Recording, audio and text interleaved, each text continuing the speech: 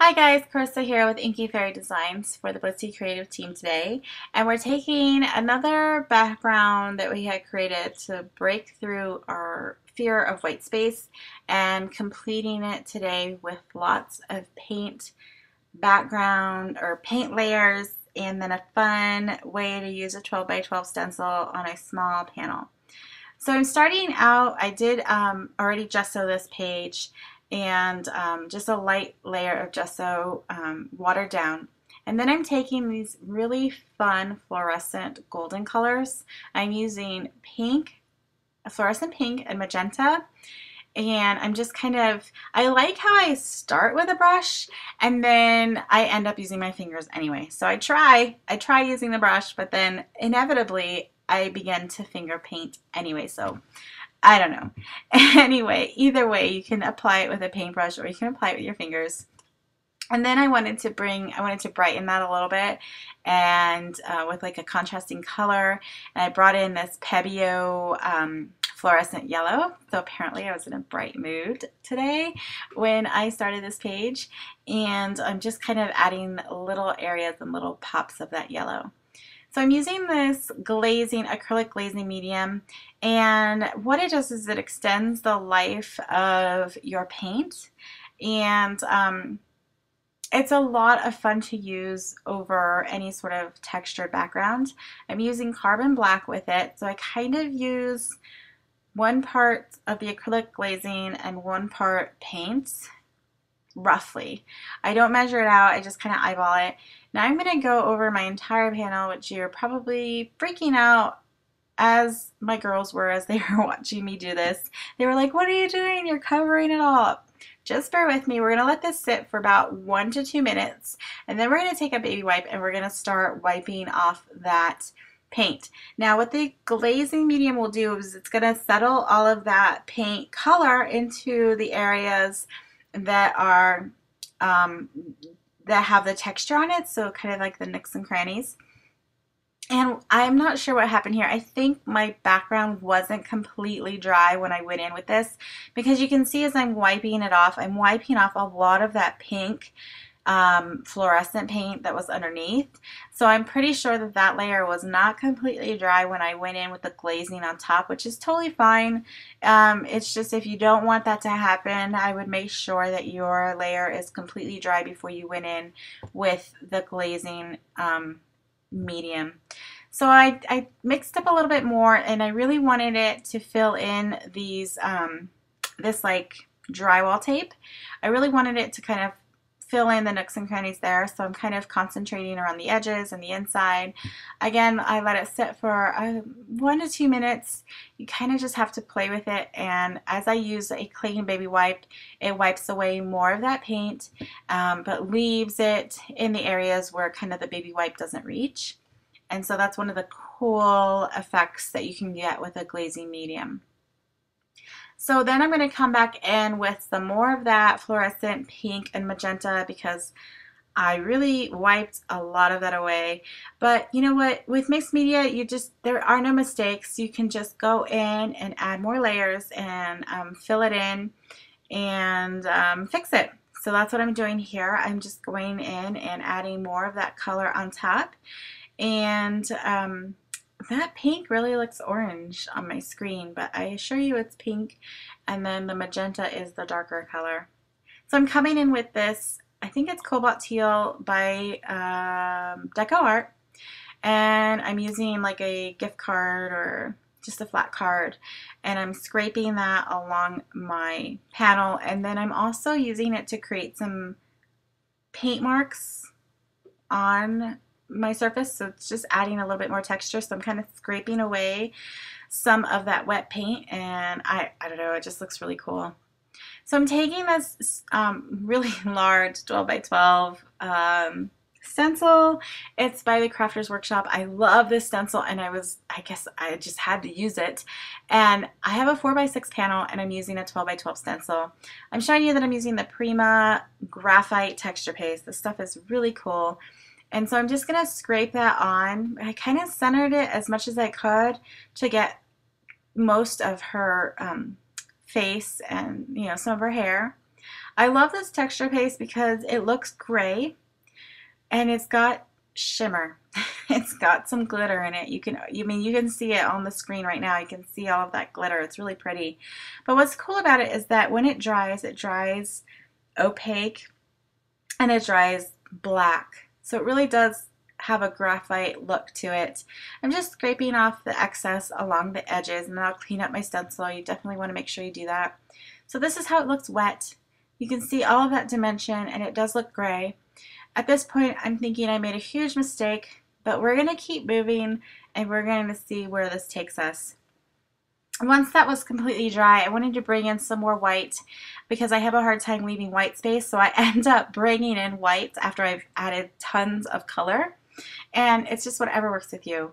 And so I'm using this Prima stencil and just adding some graphic elements all around and bringing in some of that white. And I'm going right over that texture paste and it's completely fine. I actually like the way the paint handles on top of it. So again, I'm bringing in some more white using a Sakura Perma Opaque white paint marker. And I'm just kind of outlining some of the strands of her hair. I'm going to outline the side of her face and I think I outlined her eyes. So just kind of highlighting certain areas of the stencil to try to make it pop off the page a little bit. And this is super subtle, but I think it really makes a big difference.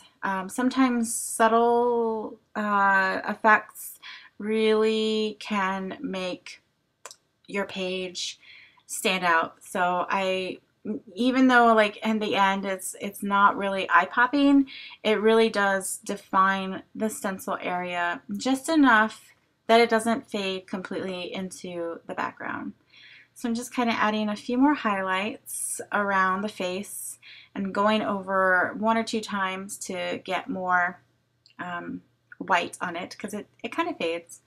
Now I left this in even though I don't end up using this in my final piece, but I wanted to show you how, because of all of the layers that you have, you can actually wipe away mistakes sometimes instead of covering them up like I usually do. So I wanted to create a tear on my girl, and I thought I would use this blue, but you can see that it kind of just fades away and it wasn't really giving me the impact that I wanted. So I'm taking a baby wipe, and since it was wet, not white, since it was wet already because I sprayed some water on it, and I'm still working it, I'm like, well, maybe if I add some white, it'll help stand it out. Still wasn't giving me the impact I wanted, so I end up using a baby wipe and just wiping it completely away. Because my layers in the background were completely dry, I can do that and it didn't mess it up. So here I decided I'm going to use some of this Liquitex acrylic ink to give me that teardrop, and this gave me the pop that I was looking for. I love the way that this gold just shimmers and shines, giving that teardrop just a really beautiful effect. So I'm letting it drop, but I'm going to wipe away some of that, and then I want to create like a wetter surface underneath so that it kind of glides over the canvas easier. So I'll spray some water and then I'm going to add some more of that Liquitex gold acrylic paint, and then it'll move more on my surface, and then I'm just kind of going to deepen up that gold towards the top. So it's really fun. I love these acrylic paint bottles. They're really fun to work with. So for the journaling on this page, I'm going to use the Tim Holtz Small Talk sticker sheet. There's so many words on here. There is something for every emotion or thought that you're trying to achieve with your art journaling. And so I chose You Are Enough, and then I also chose Be You Bravely, because that's just kind of where I was working on this piece. There was a lot that wasn't working originally, but just moving forward and continuing to work with the process, A lot of times I think art journaling and mixed media is a lot about the process and not necessarily where you end up, because you learn a lot about yourself. You also learn a lot about the mediums that you're working with. So it's a really fun way to get to know your artistic style as well as the mediums that you're interested in using. So I hope that these videos are encouraging you to start your own art journal using these techniques. Um, it's a really fun way to explore ideas, and we really looked into, how to start an art journal page and then how to finish it using different mediums. So here you can see all of that beautiful texture and how that graphite just really dries to a really deep black with that kind of shimmery silver glittery look. I just love it. So I'm outlining my stickers with a black Uniball journaling pen, just kind of to tie it into the piece. I'm also going to add some doodles around my page just to kind of tie in that kind of doodle look around the stickers. I always like to, whatever I use in one area of my art journal page, I like to use it in other areas just to create a more cohesive, balanced look. So that's something that you'll see me using a lot. But that's about it. I really love, this is actually one of my favorite pieces that I have done in a while, and it was definitely a lot of fun to do. It also gave me more ideas to use the larger stencils on smaller areas.